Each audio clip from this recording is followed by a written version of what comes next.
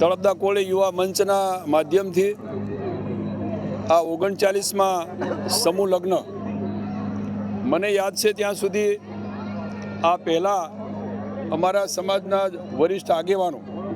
જે આની આ સમૂહ લગ્નની શરૂઆત કરી હતી અને યુવાનોએ આખી જવાબદારી ઉપાડીને આ 39માં સમૂહ લગ્નનું આયોજન કર્યું છે। આ યુવા મંચની સાથે એની ટીમના માધ્યમથી 25 જેટલી નવદંપતીઓ દીકરી અને દીકરાઓ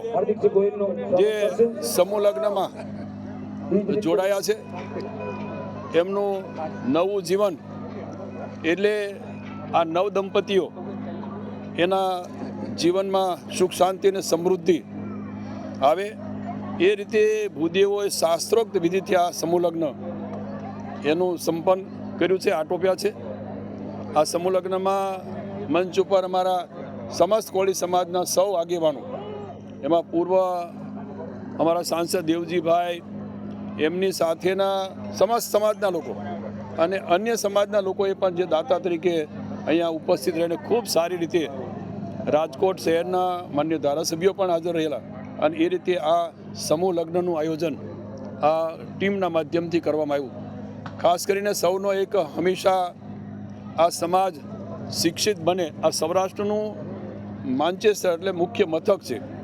અહીંયા સમાજના દીકરા દીકરીઓ માટે એક સરસ મજાનું શિક્ષણનું ભવન બને એ રીતે સૌએ સાથે મળીને નિર્ણય કર્યો છે કે આગામી દિવસમાં અહીંયા પણ એક સરસ મજાનું શિક્ષણનું ભવન બને, સમાજ શિક્ષિત બને, સંગઠિત બને અને સમસ્ત કોળી સમાજ એક હક અને અધિકારો માટે જાગૃત થાય એવા સૌનો હંમેશા ઉદ્દેશ રહ્યો છે ને એના ભાગરૂપે આ સમૂહ લગ્નનું આયોજન પણ થયું હતું અને આગામી દિવસમાં હજુ પણ વિશેષ સમૂહ લગ્નમાં જોડાય એવો પ્રયત્ન આ ટીમના માધ્યમથી થશે। એ વાત અલગ છે, એમાં હક અને અધિકારો ત્યાં શેના માટે છે એનો ઉદ્દેશ અથવા તો કોઈ વાત નહીં, અમને એ બાબતે કોઈ અમને જાણ કરી અથવા તો એ બાબતે અમને વિશ્વાસમાં લીધા અથવા જાણ થયું અમને હજુ સુધી છે નહીં। એમના 2-4 લોકો કોઈ જાહેરાત કરી દેતા હોય તો એવું મહાસંમેલન ન કહેવાય। હવે આમંત્રણ કયા હેતુ સાથે મળે છે એ હશે તો ચોક્કસ જઈશું, પણ એના હેતુ અને ઉદ્દેશો હોય અમને જાણવા મળે તો જઈએ, એમાં કંઈ વાંધો નથી, સમાજનું છે। જો આ કોઈ એક સમાજના માંગણી કરી લઈએ તો એમ મુખ્યમંત્રી ન થઈ, સૌ સમાજના લોકોનો વિશ્વાસ એને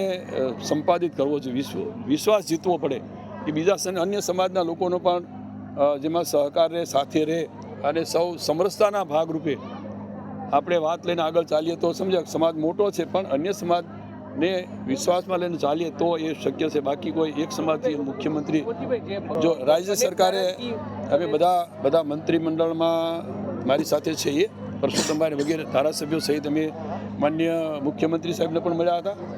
અને સાથે ગૃહમંત્રીને પણ આ બાબતે વિગતો સાથે મેં જાણ કરી અને અમે જ્યારે મળ્યા પછી તરત જ એમને એસઆઈટીની એની રચના કરી, એની જવાબદારીઓ સારી રીતે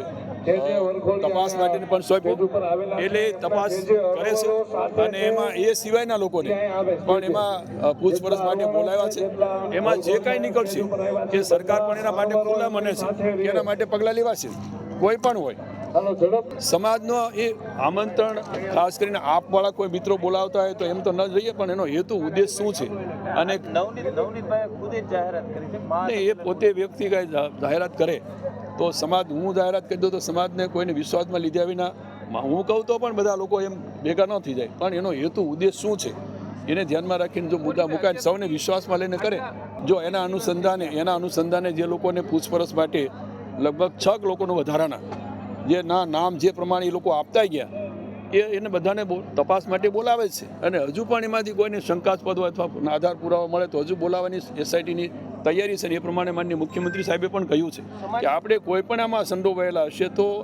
કોઈને આપણે છોડવાના નથી, પણ એનો કંઈક આધાર પુરાવા અથવા તો પુરાવા મળે, જો એમાં તો માન્ય મુખ્યમંત્રી સાહેબે અને ગૃહમંત્રી સાહેબે કહ્યું કોઈ પણ વ્યક્તિ આમાં પુરાવો મળશે એટલે કોઈને છોડવાના નથી, પછીમાં એક્સ વ્યક્તિ હોય કે વાય વ્યક્તિ હોય કે કોઈ પણ વ્યક્તિ હોય એના અનુસંધાને તપાસ અત્યારે ચાલી રહી છે અને એમાં તપાસમાં કાંઈ કાચું ન કપાય એ માટે ખુદ માન્ય મુખ્યમંત્રી સાહેબે પણ બધા ધારાસભ્યો અને મંત્રીની હાજરીમાં વિશ્વાસને ખાતરી આપી છે। પછી આપણે એમના પર ભરોસો તો રાખવો જોઈએ કે ભાઈ આ તપાસ થઈ રહી, તપાસ બંધ કરી દીધી હોય અને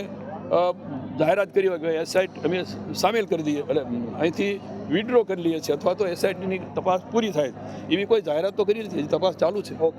બરાબર, આમાં કોઈ એકાદ બે વ્યક્તિના કારણે કોઈ બે સમાજ વચ્ચે અંતર ન થાય એવો કોઈ ઉદ્દેશ લઈને કોઈ સંમેલન બોલાવાતું હોય તો એ સંમેલન તો યોગ્ય પણ નથી. બરાબર, એકાદ બે વ્યક્તિ અમારામાં પણ સામે કોઈ પણ દોષિત હોઈ શકે. જે ગુનેગાર છે એના માટે જે પગલાં લેવાના થતા હશે એમાં રાજ્ય સરકારનું મન ખુલ્લું છે.